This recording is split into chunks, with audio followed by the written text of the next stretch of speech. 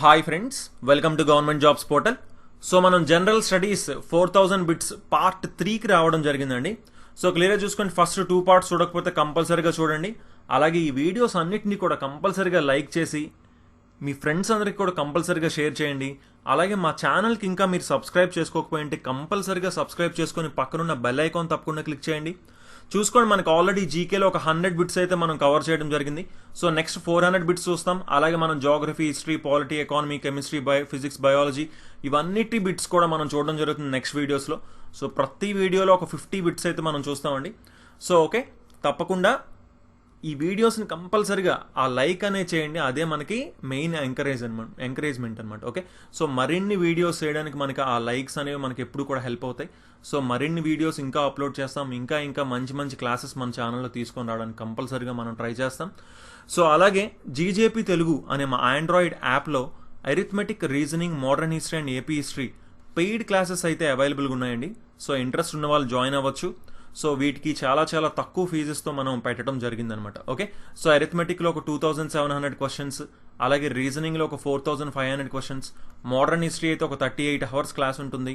అలాగే AP history అయితే ఒక 120 అవర్స్ క్లాస్ అనేది ఉంటుందన్నమాట. ఓకే, సో ఇంట్రెస్ట్ ఉన్న వాళ్ళు జాయిన్ అవ్వచ్చు. Both Telugu medium and English medium స్టూడెంట్స్కి అర్థమయ్యే విధంగా 2 లాంగ్వేజెస్లో మనకు క్లియర్గా తెలుగులోని ఇంగ్లీష్లోని టెక్స్ట్ ఉండే విధంగా మనం క్లాసెస్ని ఎక్స్ప్లెయిన్ చేయడం జరుగుతుంది అనమాట. ఓకే, సో ఓకే, ఇప్పుడు మనం బిట్స్లోకి వెళ్ళిపోదాం. 101 క్వశ్చన్. నావీ డే, నౌకాదళ దినోత్సవం మనం ఏ రోజున జరుపుకుంటాము? Options: April 4, January 25, December 4, 4th of July. So మనకి నౌకాదళ దినోత్సవం అనేది పర్టికులర్గా ఒక డే జరుపుకుంటాము. సో దాంట్లో భాగంగానే, అంటే ఒక ఆపరేషన్లో భాగంగా దీన్ని ఎవ్రీ ఇయర్ కూడా సెలబ్రేట్ చేసుకోవడం జరుగుతుంది. సో అది ఏ రోజు అంటే మనకి option C is the correct one అండి. December 4th is the answer. So 1971. So 1971 year importance ఏంటి మనకి అక్కడ అంటే, ఇండియా పాకిస్తాన్ మధ్య వార్ అనేది జరుగుతుంది. సో ఆ టైంలో మనకి ఇండియన్ నేవీ వాళ్ళు ఆపరేషన్ ట్రైడెంట్, ఆపరేషన్ పేరేంటి మనకి, ఆపరేషన్ ట్రైడెంట్ అనేటటువంటి ఒక ఆపరేషన్ ని తీసుకొచ్చారు. అది కూడా పాకిస్తాన్ లో ఉన్నటువంటి ఒక ఓడరేవు స్థావరం అన్నమాట. ఆ ఓడరేవు స్థావరం ఏంటి అంటే కరాచీ. ఆ కరాచీ ప్లేస్ లో మనకి ఈ ఆపరేషన్ అనేది తీసుకురావడం జరిగింది. ఇది ఒక ప్రమాదకరమైనటువంటి ఆపరేషన్. సో ఎవ్రీ ఇయర్ కూడా మనం డిసెంబర్ 4th అంటే ఈ ఆపరేషన్ ట్రైడెంట్ యొక్క గుర్తింపుగా, జ్ఞాపకార్థంగా మనం నావీ డే అనేది సెలబ్రేట్ చేసుకుంటాము. 102nd question. The Dhanvantari award is related to which field? So ఇంకా రిమైనింగ్ ఆప్షన్స్ చూడలేదండి, సారీ. సో జనవరి 25th మనం ఎవ్రీ ఇయర్ ఏం సెలబ్రేట్ చేసుకుంటున్నాము? సో మీ అందరికీ తెలిసే ఉంటుంది. జాన్ 26th వచ్చేసి మనకి ఏంటి, గణతంత్ర దినోత్సవం, రిపబ్లిక్ డే. అలాగే 25th ముందు రోజు వచ్చేసి మనం ఏం చెప్పుకుంటున్నాము అంటే నేషనల్ ఓటర్స్ డే అనేది సెలబ్రేట్ చేసుకుంటున్నాము, జాతీయ ఓటర్ల దినోత్సవం. And next 4th of July వచ్చేసి మనం ఆల్రెడీ ప్రీవియస్ క్వశ్చన్ లో చూసాము, అంటే ప్రీవియస్ క్లాసెస్ లో జూలై 4th ఏ డేగా జరుపుకుంటున్నాం మనం? అమెరికా యొక్క ఇండిపెండెన్స్ డేగా సెలబ్రేట్ చేసుకోవడం జరుగుతుంది, రైట్. సో యుఎస్ యొక్క ఇండిపెండెన్స్ డే అన్నమాట. సో మనకి ఇండియాకి ఆగస్ట్ 15th ఇండిపెండెన్స్ ఎలాగో అమెరికా కూడా ఇండిపెండెన్స్ అలాగే. And next 102nd question. The Dhanvantari award is related to which field? Dhanvantari award ఏ రంగానికి సంబంధించింది? Options: sports, medical science, economics, none of the above. So Dhanvantari award అనేది పర్టికులర్ గా ఇది హోమియోపతికి రిలేటెడ్ అన్నమాట. హోమియోపతి అనేటటువంటి దానికి ఇది రిలేటెడ్. హోమియోపతి అనేది వీటిలో దేంట్లో రిలేటెడ్ అయింది? మెడికల్ సైన్స్ లో రిలేటెడ్ అయింది, అంటే వైద్య శాస్త్రంలో రిలేటెడ్ అయింది. So answer is the B is the correct one అండి. మెడికల్ సైన్స్, వైద్య శాస్త్రంకి సంబంధించింది. అండ్ అలాగే మనకి ధన్వంతరి జయంతి అని కూడా నిర్వహిస్తున్నారు ఎవ్రీ ఇయర్ కూడా. సో అది కూడా 2016 నుంచి మనకి ఈ ధన్వంతరి జయంతి అనేది ఎవ్రీ ఇయర్ సెలబ్రేట్ చేసుకుంటారు, right. So next 103rd question.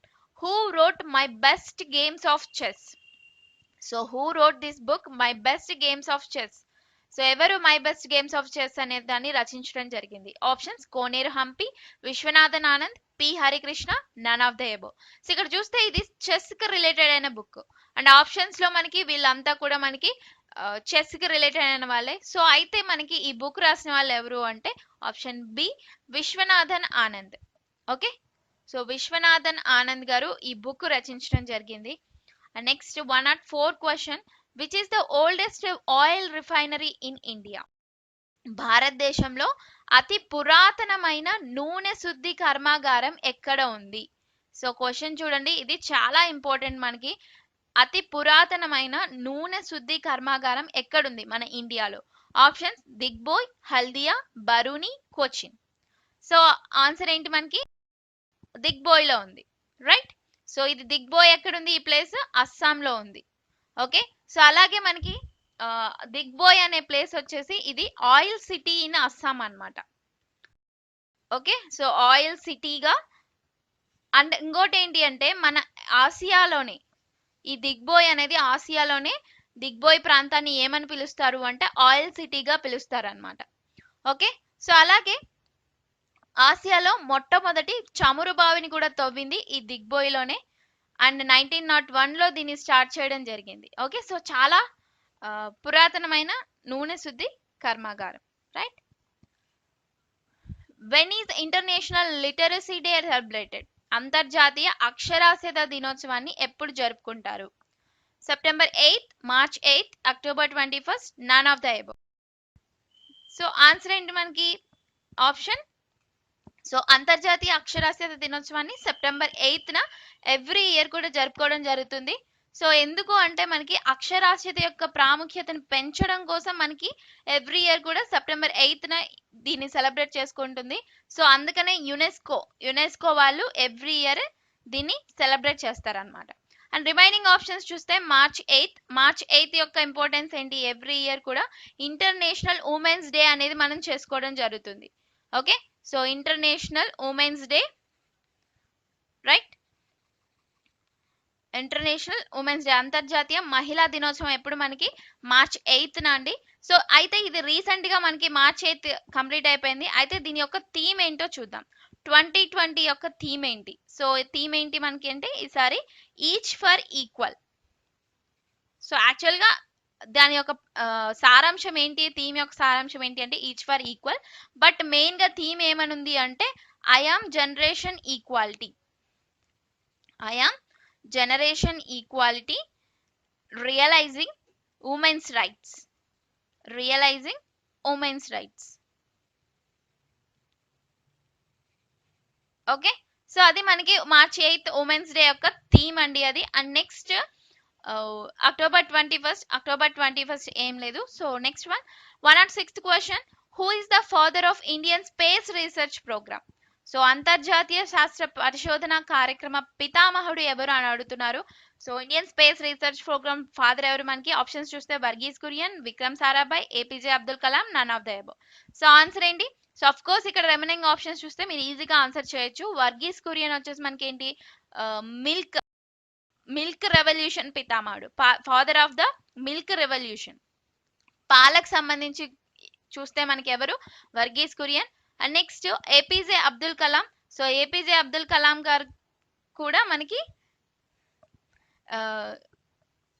APJ Abdul Kalam గారు వచ్చేసి మనకి ఈ ఇండియన్ స్పేస్ రీసెర్చ్ ప్రోగ్రామ్ సంబంధించిన వాళ్ళే, బట్ ఈయన ఫాదర్ కాదనమాట. సో ఇక్కడ రిమైనింగ్ ఆప్షన్స్ ఏంటి? Vikram Sarabhai. So Vikram Sarabhai is the answer for father of Indian space research programme అనమాట. ఓకే, సో ఇతని పూర్తి పేరు వచ్చేసి విక్రమ్ అంబాలాల్ సారాభాయ్.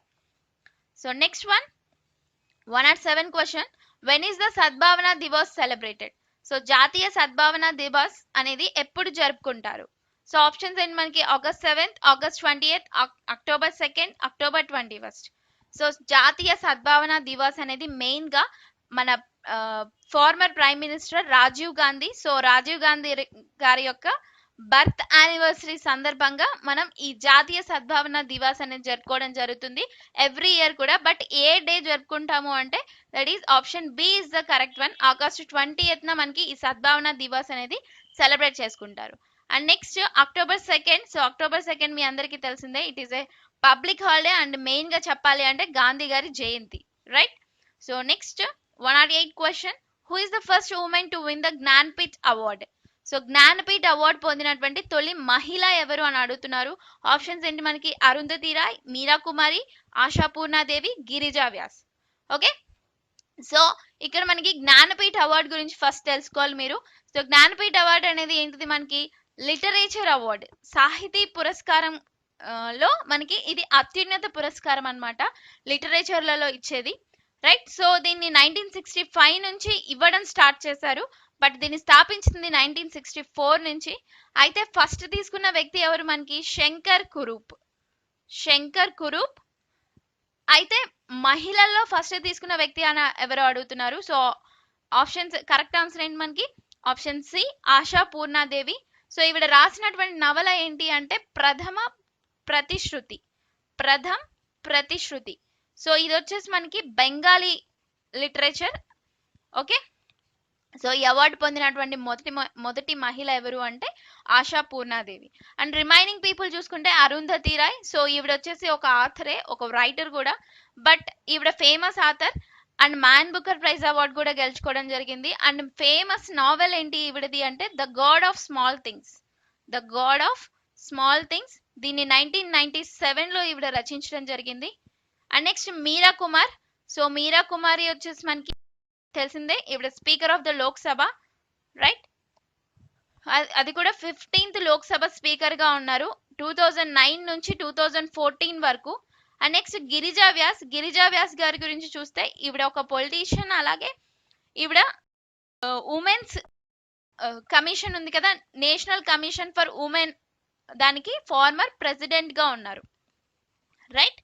సో అలాగే ఈవిడ 15th లోక్సభ మెంబర్ గా కూడా పనిచేశారు. సో మెయిన్ గా మనం గుర్తుపెట్టుకోవాల్సింది ఈవిడ former president of national commission for women కి ప్రెసిడెంట్ గా ఉన్నారు గిరిజా వ్యాస్ వచ్చేసి. నెక్స్ట్ వన్, అండ్ మీరు present national commission for women కి ఎవరు ప్రెసిడెంట్ గా ఉన్నారు కామెంట్ సెక్షన్ లో ఆన్సర్ చేయండి. Next 109 question, who is the author of the book my country my life. So my country my life book యొక్క రచయిత ఎవరు అని అడుగుతున్నారు. ఆప్షన్స్ వచ్చేసి L K Advani, M Venkaiah Naidu, Atal Bihari Vajpayee, M Karunanidhi. So my country my life book రచయిత ఎవరు మనకి, హీస్ ఎల్కే అద్వానీ గారు. So L K Advani full name ఏంటి అంటే Lal Krishna Advani. So he is the deputy PM of our country. So ఎప్పుడు ఉన్నారు అంటే 2002 నుంచి 2004 ఆ టైంలో డిప్యూటీ ప్రైమ్ మినిస్టర్ గా ఉండడం జరిగింది ఎల్కే అద్వానీ గారు. అండ్ నెక్స్ట్ వెంకయ్య నాయుడు గురించి చూస్తే మనకి ఇక్కడ ఈయన ఒక బుక్ రాయడం జరిగింది. ఆ బుక్ పేరు వచ్చేసి moving on moving forward. Moving forward అనే book, a year in office అన్నమాట. ఈయన బుక్ నేమ్ వచ్చేసి ఏంటి, moving on moving forward book. And next Atal Bihari Vajpayee, ఈయన మనకి ఫార్మర్ ప్రైమ్ మినిస్టర్ గా ఉన్నారు. అలాగే ఎం కరుణానిధి. సో ఈయన కూడా తమిళనాడు సీఎం గా పనిచేయడం జరిగింది కరుణానిధి గారు, అండ్ చనిపోవడం కూడా జరిగింది. So next 110 question, which city is known as అబోర్డ్ of the God. So అబోర్డ్ of the God అని ఏ నగరానికి పేరు అని అడుగుతున్నారు. సో ఆప్షన్స్ మనకి వారణాసి, అలహాబాద్, హైదరాబాద్, బద్రీనాథ్. ఓకే. సో అసలు ఈ అబోర్డ్ ఆఫ్ ది గాడ్ అని చెప్పి ఆ నగరానికి ఎవరు అంటే ఒక వ్యక్తి పేరు ఇవ్వడం జరిగింది. సో దాని గురించి మనం చూద్దాము. సో ఫస్ట్ ఆన్సర్ చూద్దాం. సో ఆన్సర్ వచ్చేసి ఏంటి మనకి Allahabad. B is the correct one. So Allahabad ని మనం సిటీ ఆఫ్ ప్రైమ్ మినిస్టర్ అని కూడా అంటారు, అలాగే అబోర్డ్ ఆఫ్ ది గాడ్ అని కూడా పిలుస్తారు. అండ్ అలహాబాద్ వద్ద మనకి ఏమున్నాయి, గంగా, యమున, సరస్వతి, ఈ 3 నదులు సంగమం అవుతాయి అన్నమాట, కలుస్తాయి. సో అండ్ ఈ నగరాన్ని అలహాబాద్ ని సంగం నగరంగా కూడా పిలుస్తారు అనమాట. ఓకే. సో ఇంకొకటి, అలహాబాద్ కి అబోర్డ్ ఆఫ్ ద గాడ్ అని చెప్పి జహాంగీర్ గారు పేరు పెట్టడం జరిగింది. సో ఇతను ఈ స్థలాన్ని ఒక హిందూ పవిత్ర దేశంగా హిందూ పవిత్ర ప్రదేశంగా గుర్తించారనమాట. సో జహాంగీర్ వచ్చేసి ఎవరు మనకి ఒక ముఘల్ చక్రవర్తి. రైట్. సో అలహాబాద్ ని ఇంకా ఏమని నేమ్స్ తో పిలిచేవారు అంటే ప్రయాగ్రాజ్. సో ప్రయాగ్రాజ్ అని పిలుస్తారు, అలాగే ఇలహాబాద్ అని కూడా పిలవడం జరుగుతుంది. ఓకే. సో మనకి ఇంతకీ అలహాబాద్ ఏ రాష్ట్రంలో ఉంది, ఇది ఉత్తరప్రదేశ్ లో ఉంది. రైట్. సో ఇది 110 క్వశ్చన్ కి answer. It is answer is B. 111 question, where is the Indian institute of remote sensing. Indian institute of remote sensing అనేది మనకి ఎక్కడ ఉంది అనే క్వశ్చన్ అడుగుతున్నారు. సో ఆప్షన్స్ వచ్చేసి మనకి Pune, Ahmedabad, Dehradun, none of the above. Okay. So మనకి ఈ Indian institute of remote sensing అనేది ఎక్కడుంది? సో ఆన్సర్ వచ్చేసి మనకి ఎక్కడుంది ఇది? డెహ్రాడూన్ లో ఉంది. ఓకే, సో డెహ్రాడూన్ లో మనకి IIRS. ఓకే, సో ఈ డెహ్రాడూన్ వచ్చేసి మనకి ఎక్కడుంది? ఉత్తరాఖండ్ లో ఉండడం జరిగింది, UK, that means Uttarakhand. And 1966 లో మనకి ఈ Indian institute of remote sensing అనే దాన్ని ఏర్పాటు చేయడం జరిగింది. సో దీనికి ఒక చైర్మన్ కూడా అంటారు. సో చైర్మన్ వచ్చేసి ఎవరు అంటే doctor K Sivan. Okay, so ఈ శివన్ గారే మనకి ఇంకొక సంస్థకి చైర్మన్ గా ఉన్నారు. సో దాని ఆన్సర్ మీరు కామెంట్ సెక్షన్ లో పెట్టండి ఎవరికైనా తెలిస్తే. ఓకే, సో ఇది దీని గురించి. Next 112 question, the biggest bird, ప్రపంచంలో మనకి అత్యంత పెద్ద పక్షి ఏది అని అడుగుతున్నారు. సో ఆన్సర్ వచ్చేసి ఏంటి మనకి ఇక్కడ ఆప్షన్స్ ఏమున్నాయి? Hummingbird, ostrich, swift, none of the above. So answer వచ్చేసి ఏంటి మనకి? Ostrich. Option B is the correct one అండి. ఓకే, సో ఇది మనకి ప్రపంచంలోనే అతిపెద్ద పక్షి ఆస్ట్రిచ్ అయితే. అండ్ చిన్న పక్షి ఏంటి అంటే హమ్మింగ్ బర్డ్. అండ్ ఇది మనకి వెనకకి కూడా ఎగరగలిగినటువంటి పక్షి అన్నమాట ఈ హమ్మింగ్ బర్డ్ అనేది. Okay, so next 113, which layer is closest to the earth surface? So earth, భూమి యొక్క ఉపరితలానికి అత్యంత దగ్గరగా ఉండేటటువంటి పొర ఏది అని అడుగుతున్నారు. ఆప్షన్స్ మనకి stratosphere, troposphere, mesosphere, ionosphere. So ఈ లేయర్స్ గురించి తెలిస్తే మీరు ఈజీగా ఆన్సర్ చేయగలచ్చు. సో ఆన్సర్ వచ్చేసి మనకి ట్రోపోస్పియర్. సో భూమికి అతి దగ్గరగా, ఉపరితలానికి దగ్గరగా ఫస్ట్ ఉండేది ఏంటి అంటే మనకి ట్రోపోస్పియరే. ఆ తర్వాత నెక్స్ట్ ఉన్నటువంటి స్పియర్ ఏది అంటే స్ట్రాటోస్పియర్. ఈ స్ట్రాటోస్పియర్ లోనే మనకి ఓజోన్ లేయర్ అనేది ఉంటుంది. అండ్ స్ట్రాటోస్పియర్ కంటే పైన ఉండేది మనకి మీసోస్పియర్. అండ్ మీసోస్పియర్ ఎబో ఉండేది మనకి ఏంటి అంటే థర్మోస్పియర్. థర్మోస్పియర్ ఎబో ఉండేది ఎక్సోస్పియర్ అన్నమాట.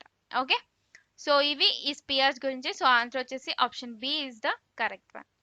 Next 114 question, Australia got this title because of the presence of kangaroos. So Australia కంగారులు ఉనికి వల్ల ఆస్ట్రేలియాకు ఏ బిరుదు వచ్చింది? సో ఆస్ట్రేలియా అనే ప్లేస్ కి ఒక బిరుదు ఇవ్వడం జరిగింది వీటిల్లో. సో అది ఏంటి అని అడుగుతున్నారు. సో బికాస్ దేనికి? కంగారూస్ ఉండడం వల్ల, అక్కడ కంగారు అనే జంతువు ఉండడం వల్ల దానికి అలాంటి టైటిల్ వచ్చింది. ఆప్షన్స్ వచ్చేసి island continent, land of lagoons, and next ఇది తప్పండి, living fossils. Living fossils land. Option C వచ్చేసి, సో ఆప్షన్ డి వచ్చేసి none of the above. So ద్వీపఖండము, లాగూన్ల భూమి, సజీవ శిలాజ భూమి, పైవేవి కాదు. సో ఆన్సర్ ఏంటి మనకి? సో కంగారు ఉండడం వల్ల, మనకి కంగారూస్ ఉండడం వల్ల దీనికి ఏమని పేరు వచ్చింది అంటే లివింగ్ ఫాజిల్స్ ల్యాండ్ అనేటటువంటి పేరు వచ్చింది అనమాట. అంటే సజీవ శిలాజ భూమి అని చెప్పి answer. Okay, 115th question, which is the highest literate union territory in India? So భారతదేశంలో అత్యధికంగా అక్షరాస్యత కలిగినటువంటి కేంద్రపాలిత ప్రాంతం ఏది అంటే ఆప్షన్స్ వచ్చేసి మనకి ఏమున్నాయి? లక్షద్వీప్, పుదుచ్చేరి, చండీగఢ్, ఢిల్లీ. సో ఆన్సర్ ఏంటి మనకి ఇందులో? ఓన్లీ యూనియన్ టెరిటరీ అడుగుతున్నారు, రైట్? స్టేట్ అడగట్లేదు. యూనియన్ టెరిటరీస్ లో అక్షరాస్యతలో ఫస్ట్ ఉన్నటువంటి ప్లేస్ వచ్చేసి మనకి it is Lakshadweep, right? So total గా దీంట్లో ఎంత పర్సంటేజ్ ఉంది అంటే మనకి లక్షద్వీప్ కి 91.85% ఉంది. ఇది మొత్తం 2011 సెన్సస్ ప్రకారం అండి. సో మనం ఏదైనా కానీ వీటిని బేస్ చేసుకోవాలి అంటే 2011 సెన్సస్ ప్రకారమే మనకి చూసుకోవాలన్నమాట. Okay, so Lakshadweep is the answer. 91.85% literacy rate అనేది అక్కడ ఉంది. అండ్ నెక్స్ట్ లక్షద్వీప్ అనేది యూనియన్ టెరిటరీ అయితే కేరళలో మనకి హైయెస్ట్ లిటరసీ రేట్ అనేది ఉంటుందన్నమాట, అది స్టేట్ లో వచ్చేసి.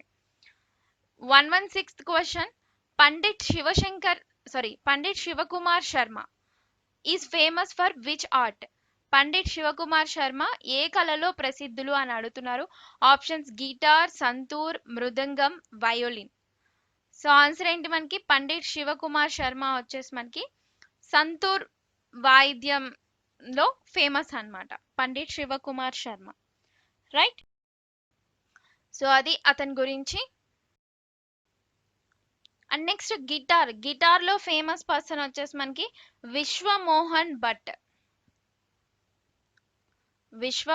భట్. అలాగే బరుణ్ పాల్. సో వాళ్ళు ఫేమస్ అన్నమాట. నెక్స్ట్ వయోలిన్ చూసుకుంటే మనకి Dwaram Venkataswamy Naidu and next N Rajam. So వీళ్ళు వయలిన్ వాయిద్యాల్లో ఫేమస్ వాళ్ళు, రైట్. సో అది దీని గురించి. And next 117 question, which country has the most Muslims in the world? So ప్రపంచంలో మనకి ఎక్కువ మంది ముస్లిమ్స్ ఉన్నటువంటి దేశం ఏంటిది అని అడుగుతున్నారు. సో వరల్డ్ లో అన్నమాట. సో ఆ కంట్రీ ఏంటి?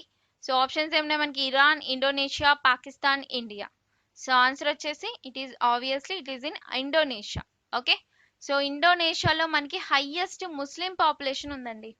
సో ఎంతమంది అంటే మనకి చాలా ఎక్కువగా మనకి ఈ ఇండోనేషియాలో ఉంటే, ఆ తర్వాత పాకిస్తాన్ అంటే ఫస్ట్ ప్లేస్ ఇండోనేషియా అనుకుంటే సెకండ్ ప్లేస్ ఈ పాకిస్తాన్ ఉందా, రైట్. సో నెక్స్ట్ ఇండియా వచ్చేసి థర్డ్ ప్లేస్ లో ఉంది హైయెస్ట్ ముస్లిమ్స్ పొజిషన్ లో. అండ్ ఇండోనేషియాలో మనకి 12.7% పాపులేషన్ ముస్లిమ్స్ పాపులేషన్ ఉంది. పాకిస్తాన్ లో 11.0%, ఇండియాలో 10.9%, రైట్. సో ఇది. సో ఆన్సర్ వచ్చేసి Indonesia. And 118 question, which of the following are known as twin planets? కింది వాటిలో వేటిని జంట గ్రహాలు అని అంటారు? ట్విన్ ప్లానెట్స్ ఆర్ కవలలు అని కూడా అంటారు. సో ఆప్షన్స్ ఏంటి మనకి? Earth sun moon, earth Venus, sun earth. Venus అంటే తెలుగులో శుక్రుడు అంటాము. ఓకే. సో సూర్యుడు చంద్రుడు, భూమి శుక్రుడు, భూమి సూర్యుడు, రైట్. సో వేటిని జంట గ్రహాలు అంటారు? సో ఆన్సర్ వచ్చేసి ఏంటి మనకి? భూమి మరియు శుక్రుడు అన్నమాట, earth and Venus.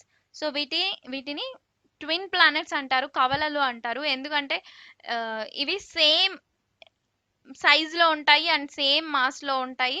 And earth కి దగ్గరగా కూడా మనకి ఈ ప్లానెట్ ఉంటుంది, రైట్. సో అందుకని చెప్పి దీన్ని ట్విన్ ప్లానెట్స్ అంటారు. 119th question, which of the following people does not drown in a see?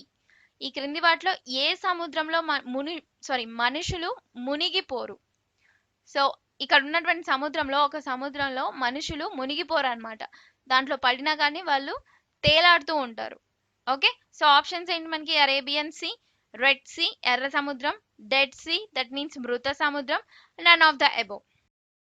So answer ఏంటి మనకి? సో ఆన్సర్ వచ్చేసి ఇట్ ఈస్ డెడ్ సీ అన్నమాట, మృత సముద్రం. సో మృత సముద్రంలో ఎప్పుడైనా పడిపోయినా కానీ దాంట్లో ఎవరు మునిగిపోరండి ఆ సముద్రంలో. ఎందుకు అంటే అది దాంట్లో సముద్రంలో సాల్ట్నెస్ అనేది దానికి ఎక్కువగా ఉంటుంది. ఓకే. సో ఇది మధ్యధరా సముద్రం ఉంది కదా, మధ్యధరా సముద్రం, దానికంటే కూడా ఈ మృత సముద్రం అనేది 10 times సాల్టీగా ఉంటుంది అనమాట. చాలా ఉప్పు అనేది ఎక్కువగా ఉంటుంది అది. ఓకే. సో అండ్ ఇంకొకటి డెడ్ సీ అనేది మనకి ఇది సాల్ట్ సీ అన్నమాట. అండ్ నీటిలో మనకి ఈ సాల్ట్ కంటెంట్ అనేది హైగా ఉంటుంది. హైగా ఉండడం వల్ల దాని యొక్క డెన్సిటీ అనేది మనకి ఎక్కువగా ఉంటుంది. సో వాటర్ డెన్సిటీ కంటే కూడా, నార్మల్ వాటర్ డెన్సిటీ అంటే కూడా ఎక్కువగా సాల్ట్ కంటెంట్ ఉండడం వల్ల అది దాని యొక్క డెన్సిటీ అనేది ఎక్కువగా ఉంటుంది. ఓకే. సో దీనివల్ల ఏమవుతుంది అంటే దాంట్లో మనుషులు తేలాడుతూ ఉంటారనమాట ఆ సముద్రంలో. ఓకే. సో ఇక్కడ మీరు గుర్తుపెట్టుకోవాల్సింది, డెడ్ సీ యొక్క density is greater than density of human being. Okay. So మానవుని యొక్క డెన్సిటీ కంటే కూడా డెడ్ సీ యొక్క డెన్సిటీ అనేది ఎక్కువగా ఉంటుంది. సో అక్కడ మనం పడిపోయినప్పుడు మనం తేలాడుతూ ఉంటాం అన్నమాట, మునిగిపోము. ఎందుకంటే రీజన్ తెలుసు కదా, దాని యొక్క సాల్ట్ కంటెంట్ అనేది దానికి ఎక్కువగా ఉండడం వల్ల దాని డెన్సిటీ అనేది హైగా ఉంది, రైట్. సో అది డెడ్ సీ గురించి. Next 120th question, Jog falls is in which state? So Jog జలపాతం ఏ రాష్ట్రంలో ఉంది? ఆప్షన్స్ కేరళ, తమిళనాడు, బీహార్, కర్ణాటక. సో ఎక్కడుంది మనకి జోగ్ జలపాతం? So it is in Karnataka. Okay. So ఇది మనకి కర్ణాటకలో ఉంది. 121వ question, 121 question, which is the longest river in the world? So ప్రపంచంలోకెల్లా అతి పొడవైన నది ఏంటిది? So options Congo river, Amazon, Nile, Ganga. So మనకి ప్రపంచంలోకెల్లా అతి పొడవైన నది ఏంటి అంటే మనకి ఆన్సర్ వచ్చేసి ఏంటిది? ఇట్ ఈస్ నైలు నది. సో ఈ నైల్ నది ఎక్కడుంది? మనకి ఆఫ్రికాలో ఉంది. రైట్. సో ప్రపంచంలో మనకి అతి పొడవైందంటే నైలు అన్నాము. అదే మన ఇండియాలో అతి పొడవైన నది ఏంటి అంటే గంగా ఇస్ ద ఆన్సర్ అండి. రైట్. సో గంగా నది మనకి ఇండియాలో అతి పొడవైన నది. And next Amazon river. So Amazon river వచ్చేసి ఇది మనకి సౌత్ అమెరికాలో ఉంది. సౌత్ అమెరికా, ఇది దక్షిణ అమెరికా అంటాము. నైలు వచ్చేసి మనకి ఆఫ్రికా ఖండంలో ఉంది. రైట్. సో ఇది దీని గురించి. Next question 122 international youth day.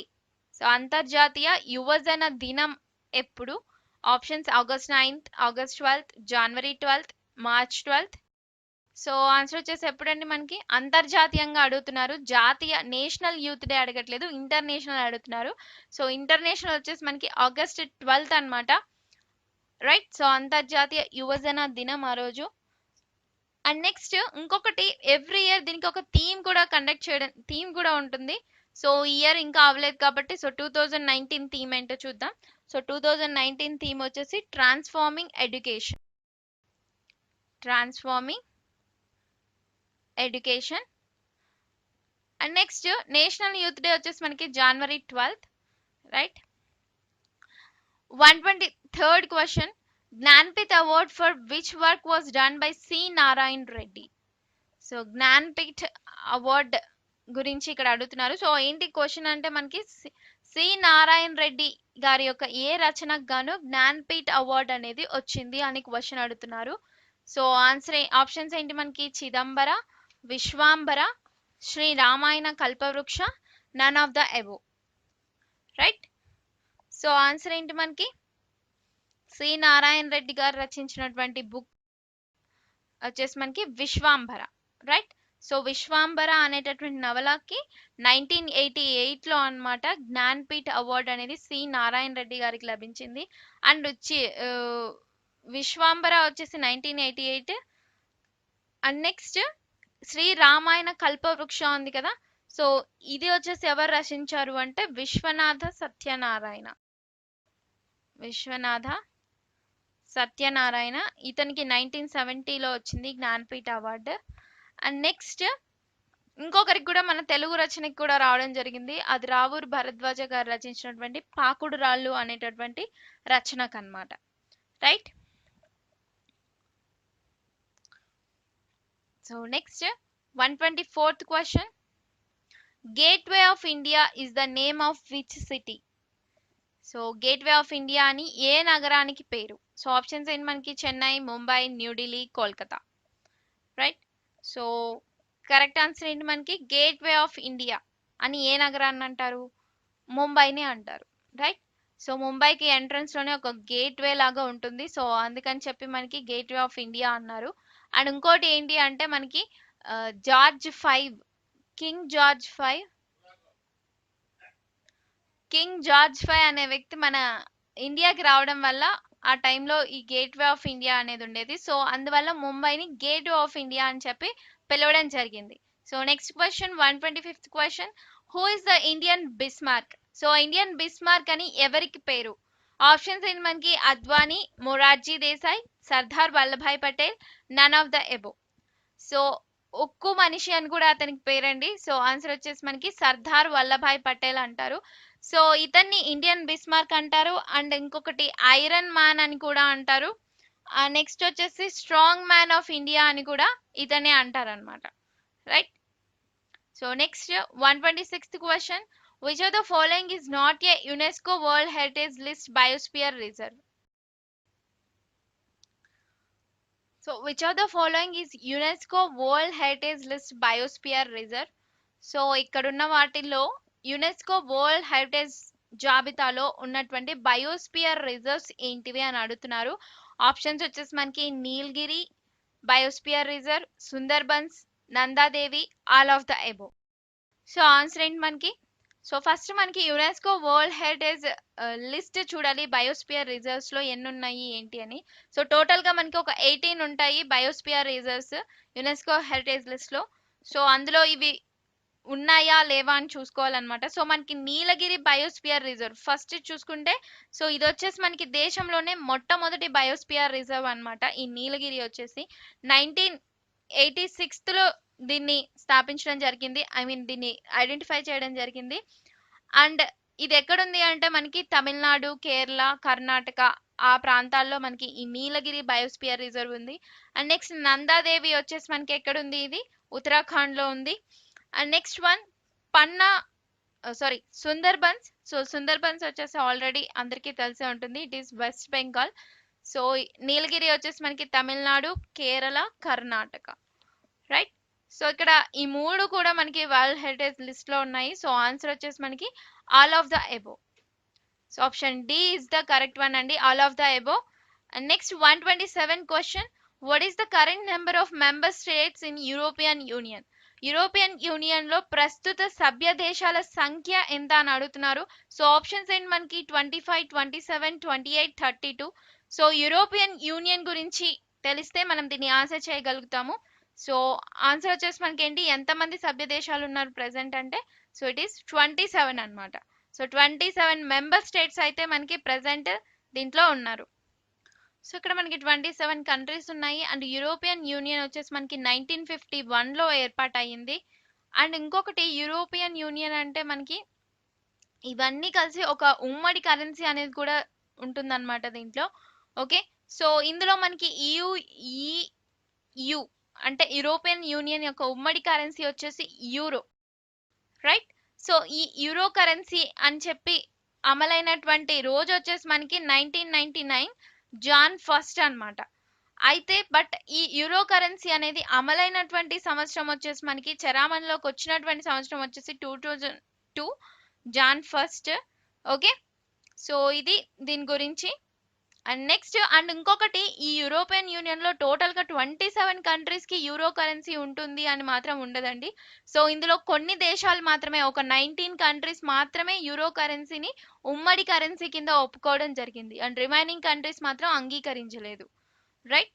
So వాటిలో బ్రిటన్, డెన్మార్క్, స్వీడన్ ఇవి అంగీకరించలేదు, రైట్. సో ఫస్ట్ లో 28 కంట్రీస్ ఉండేవి అండ్ 1 కంట్రీ వచ్చేసి విత్డ్రా చేసుకోవడం జరిగింది యూరోపియన్ యూనియన్ నుంచి, right. So next 128 question, which of the following is a member of the United nations that uses veto power?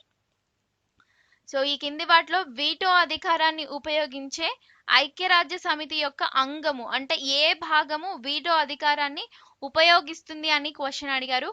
So ఇక్కడ మనకి ఆప్షన్స్ ఏంటి, general secretary, general assembly, and next board of trustees, next one security council.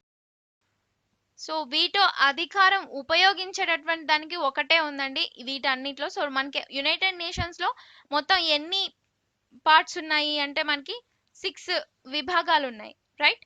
So దాంట్లో main గా general assembly అని ఒకటి ఉంది, and next security council, ఆ తర్వాత ఆర్థిక సామాజిక మండలి అంటాము, and next trustees board of trustees అంటే ధర్మకర్తృత్వ మండలి, దీన్నే మనం ట్రస్టీషిప్ కౌన్సిల్ అని కూడా అంటాము, రైట్.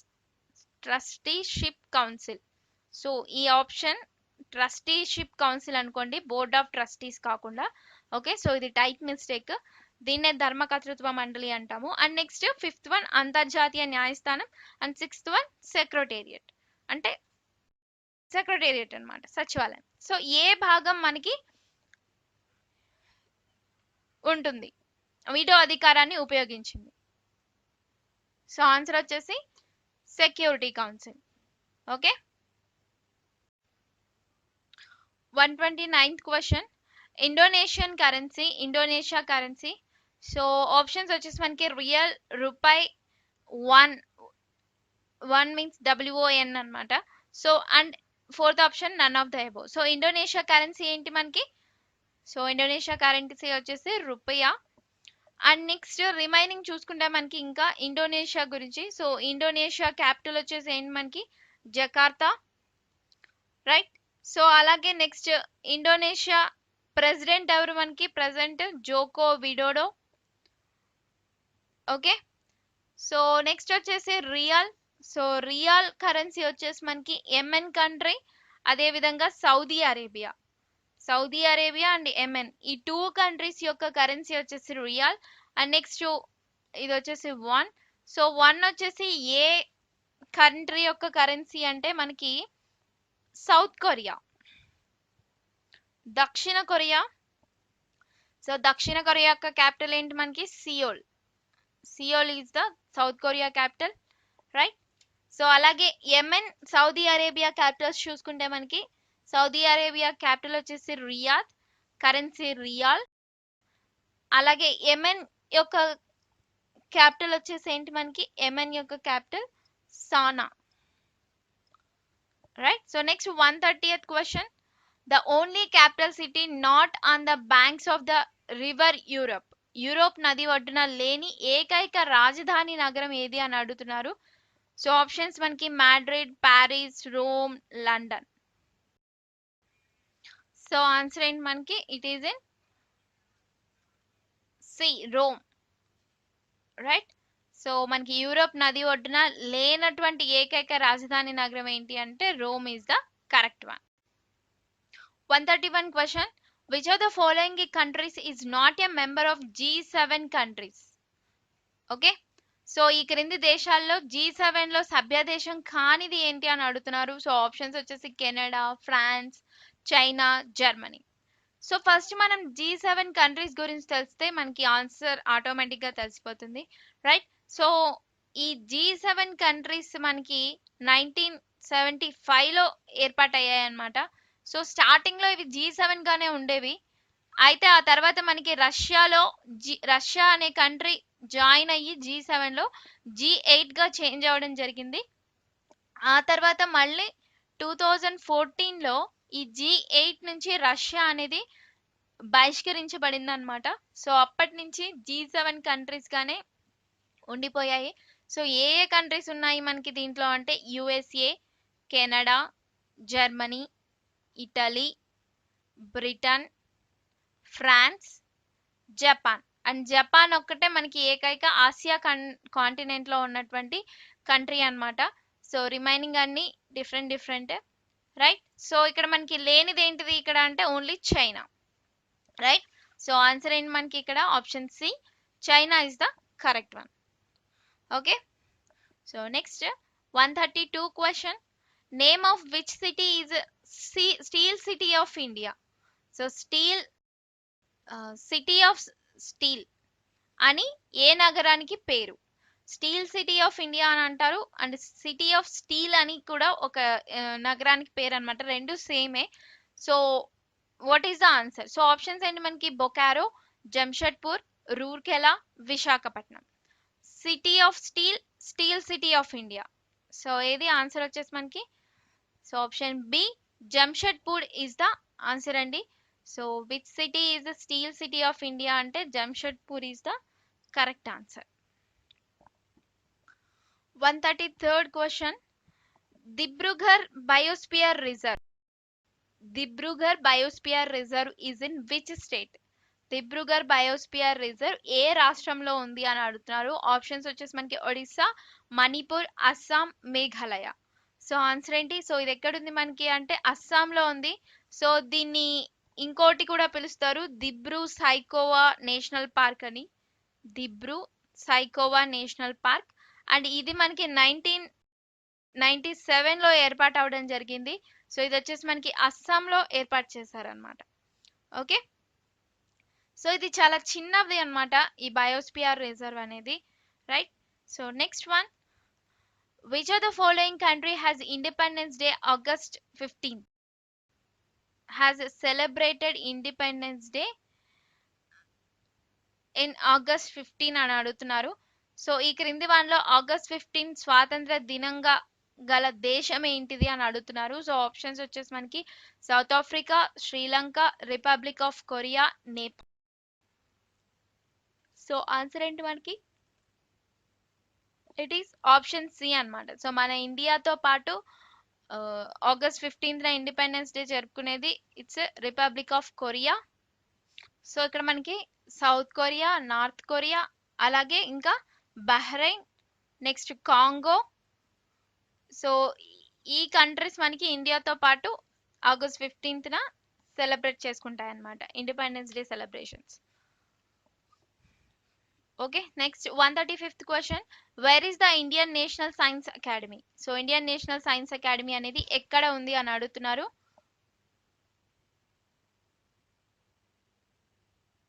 సో ఆప్షన్ వచ్చేసి మనకి ముంబై, బెంగళూరు, న్యూఢిల్లీ, జైపూర్. సో ఎక్కడ ఉంది అంటే Indian national science academy, it is in New Delhi, right. So 136th question, world water day. So ప్రపంచ జల దినోత్సవం. సో వాటర్ డే అనేది ఏ రోజు? So options March 10th, March 21st, March 23rd and March 24th. So answer ఏంటి మనకి? So ఇది ఎప్పుడు జరుపుకుంటాము అంటే ఎవ్రీ ఇయర్ కూడా మనం మార్చ్ 22nd జరుపుకుంటాం వరల్డ్ వాటర్ డే అనేది, రైట్. 22nd March. సో ఇక్కడ ఏ ఆప్షన్స్ కూడా లేవు, so it's a type mistake అండి.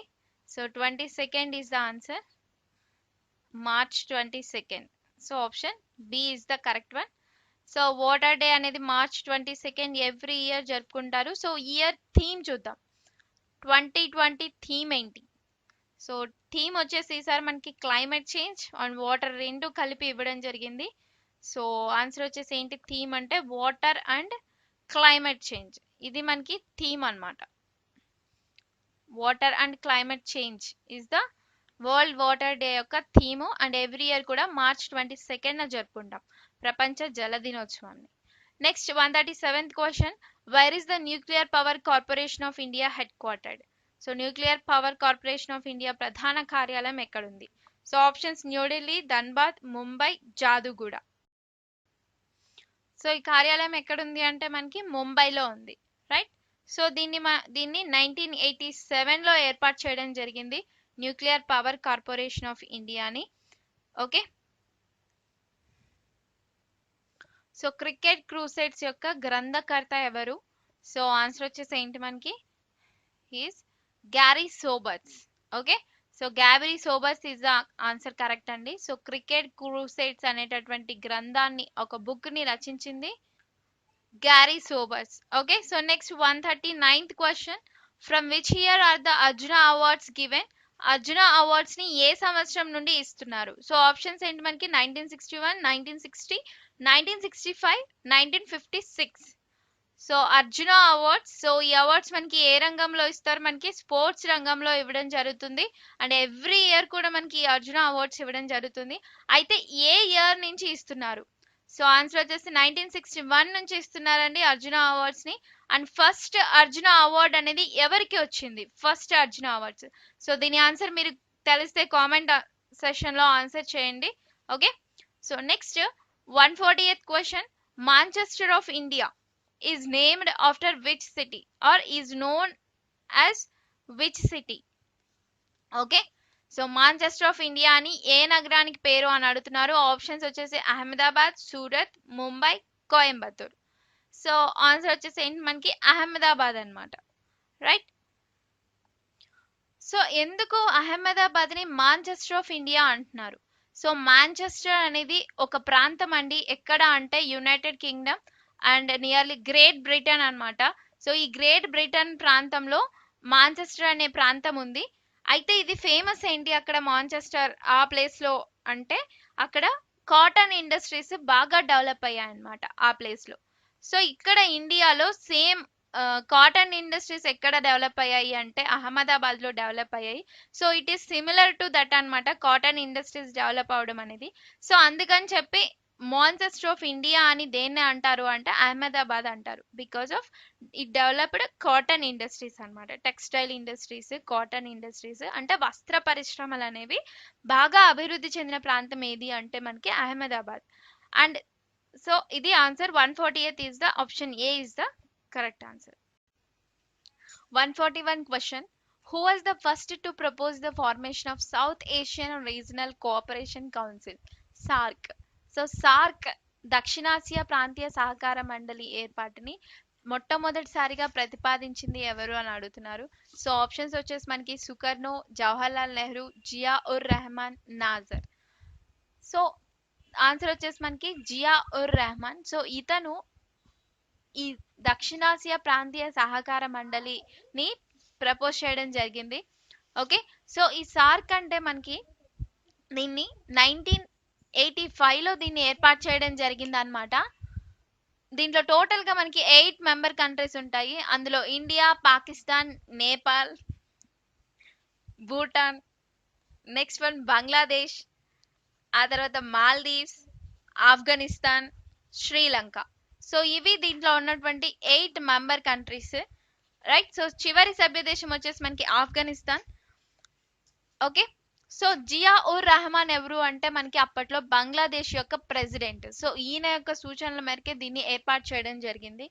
ఓకే, సో అలాగే మనకి సార్క్ లో ఒక అగ్రిమెంట్ కూడా తీసుకొచ్చారు. ఆ అగ్రిమెంట్ వచ్చేసి SAFTA, that means South Asia free trade agreement.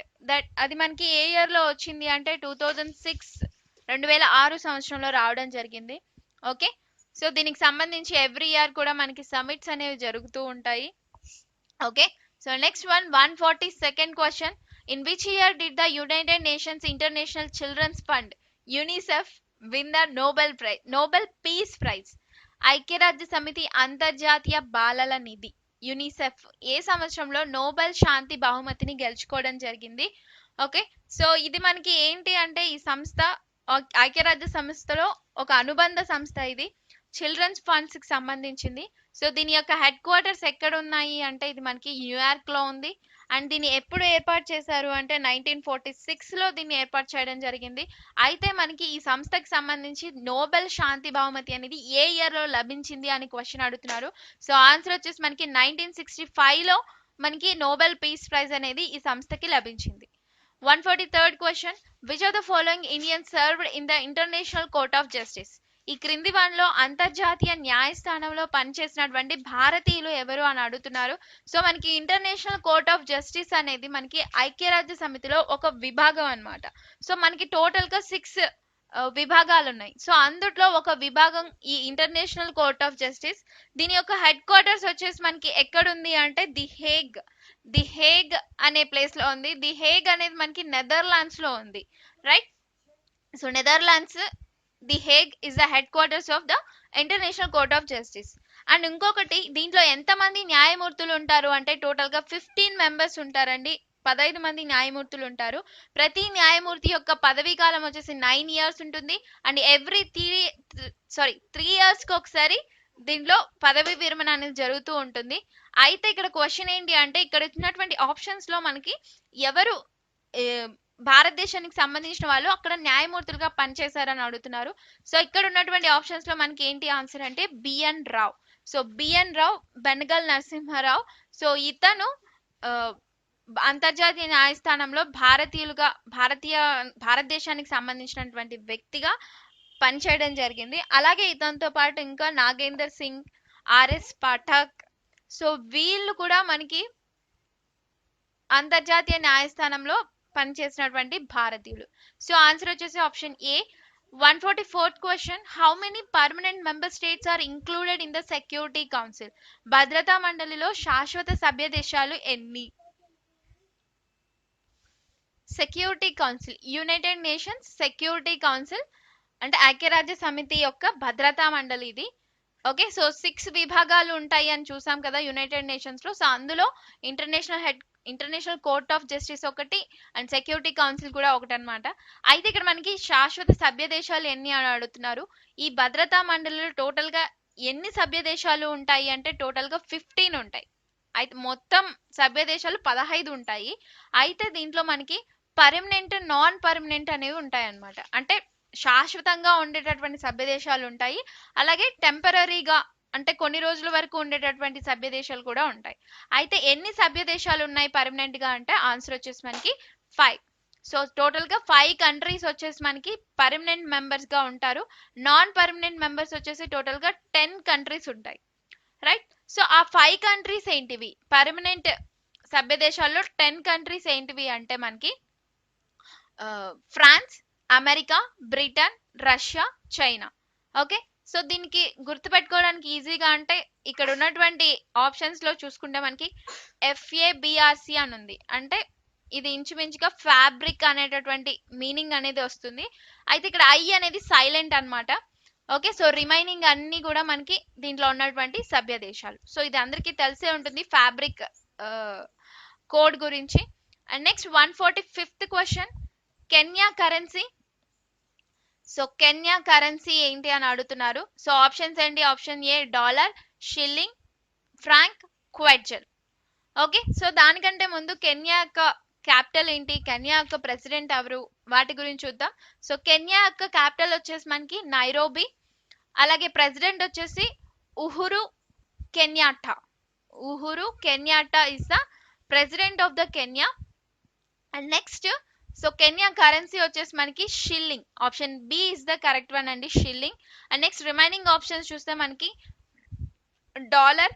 So dollar వచ్చేసి మనకి ఏ దేశ కరెన్సీ ఉంది అంటే మనకి ఒక 20+ కంట్రీస్ కి ఇది డాలర్ అనేది కరెన్సీగా ఉంది. సో ఫర్ ఎగ్జాంపుల్ చూస్తే ఆస్ట్రేలియా దేశ కరెన్సీ వచ్చేసి మనకి డాలర్.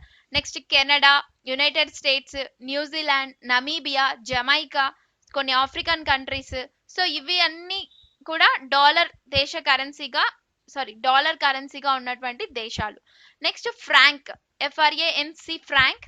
ఈ కరెన్సీ వచ్చేసి మనకి గినియా యొక్క దేశ కరెన్సీ, రైట్. సో గినియా వచ్చేసి మనకి ఒక ఆఫ్రికన్ కంట్రీ ఇది. Next క్వెడ్జల్.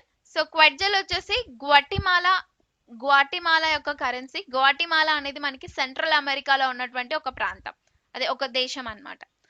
Next 146th question, which city is called holy city in world. So holy city, ప్రపంచంలో హోలీ సిటీ అని ఏ నగరానికి పేరు? ఆప్షన్స్ మనకి Gaya, Jerusalem, Mecca, Varanasi. So answer వచ్చేసి మనకి Jerusalem is the correct one అండి. So holy city is the answer. And next 147th question, in which state is the Kangchenjunga biosphere reserve is located. So Kangchenjunga biosphere reserve అనేది ఏ రాష్ట్రంలో ఉంది అని అడుగుతున్నారు. Options వచ్చేసి మనకి Meghalaya, Karnataka, Sikkim, Odisha. So Kangchenjunga biosphere reserve వచ్చేసి మనకి సిక్కింలో ఉంది. 148th question, what is the Sri Lankan independence day. So Sri Lanka స్వాతంత్ర దినోత్సవం ఏది అని అడుగుతున్నారు. Options, option A February 4th, January 4th, October 31st, March 6th. So Sri Lanka దేశం యొక్క ఇండిపెండెన్స్ డే ఎప్పుడు అంటే మనకి February 4th is the answer అండి. అండ్ నెక్స్ట్ January 4th వచ్చేసి ఏంటి అంటే మనకి ఆ రోజు world Braille day. Okay, so Braille day. So January 4th వచ్చేసి మనకి బ్రైలీ యొక్క జన్మదినోత్సవం అన్నమాట. సో అతను మనకి ఒక లిపిని కనుగొనడం జరిగింది, అందుల కోసం బ్లైండ్ పీపుల్ కోసం ఒక లిపి కనుగొన్నారు. ఆ లిపి ఏంటి అంటే బ్రైలీ లిపి. ఓకే, సో దానికి గుర్తుగా January 4th world Braille day అనేది జరుపుకోవడం జరుగుతుంది. Next 149th question, which country has the longest Coast line in the world. ప్రపంచంలో అతి పొడవైనటువంటి తీరరేఖ కలిగినటువంటి దేశం ఏది అని అడుగుతున్నారు. సో ఆప్షన్స్ వచ్చేసి మనకి చైనా, కెనడా, అమెరికా, రష్యా అనేది ఉంది. ఓకే, సో మనకి ప్రపంచంలో పొడవైన తీరరేఖ కలిగినటువంటి దేశం వచ్చేసి Canada is the answer. So option B is the answer అండి. సో ఎవరికైతే ఇంకా ప్రపంచంలో వచ్చేసి మనకి లాంగెస్ట్ కోస్ట్ లైన్ వచ్చేసి కెనడా. అదే ఇండియాలో లాంగెస్ట్ కోస్ట్ లైన్ ఉన్నటువంటి కంట్రీ ఏది? ఎవరికైనా తెలిస్తే ఆన్సర్ చేయండి కామెంట్ సెక్షన్ లో. సో మన భారతదేశంలో పొడవైన తీరరేఖ కలిగినటువంటి రాష్ట్రం ఏది అని క్వశ్చన్. సో ఆన్సర్ చేయండి ఇండియాలో. Next 150th question, where is the institute of immunology located. Institute of immunology ఎక్కడ ఉంది అని అడుగుతున్నారు. సో ఆప్షన్స్ వచ్చేసి మనకి హైదరాబాద్, న్యూఢిల్లీ, బెంగళూరు, కోల్కతా. ఓకే, సో ఈ సంస్థనే మనకి NII గా డెవలప్ అయింది. NII అంటే మనకి నేషనల్ ఇన్స్టిట్యూట్ ఆఫ్ ఇమ్యూనాలజీ అంటాము. సో ఇది ఎక్కడుంది అంటే మనకి న్యూఢిల్లీలో ఉంది. So New Delhi is the answer అండి. సో ఈ NII అనేది 1981లో దీన్ని స్టార్ట్ చేయడం జరిగింది. అండ్ ఈ ఇన్స్టిట్యూట్ నుంచే మనకి ఫస్ట్ వ్యాక్సిన్ అనేది వచ్చింది. దేనికి అంటే లెప్రసీ మీద అన్నమాట, అంటే కుష్టి వ్యాధి మీద ఒక వ్యాక్సిన్ రావడం జరిగింది. ఆ వ్యాక్సిన్ నేమ్ వచ్చేసి mycobacterium indicus pranii is the vaccine for leprosy. And ఈ NII యొక్క చైర్మన్ ఎవరు? ప్రజెంట్ చైర్మన్ అంటే ఎంజీకే మీనన్. ఓకే, సో ఇది so option B is the correct one. So okay guys, thanks for watching. ఈ వీడియోలో మనం ఒక 50 బిట్స్ చూడడం జరిగింది. సో నెక్స్ట్ వీడియోలో మరొక 50 బిట్స్ చూద్దాం. సో తప్పకుండా ఈ వీడియోని లైక్ చేసి మీ ఫ్రెండ్స్ అందరికీ కంపల్సరిగా షేర్ చేయండి. So thanks for watching and have a nice day. Bye.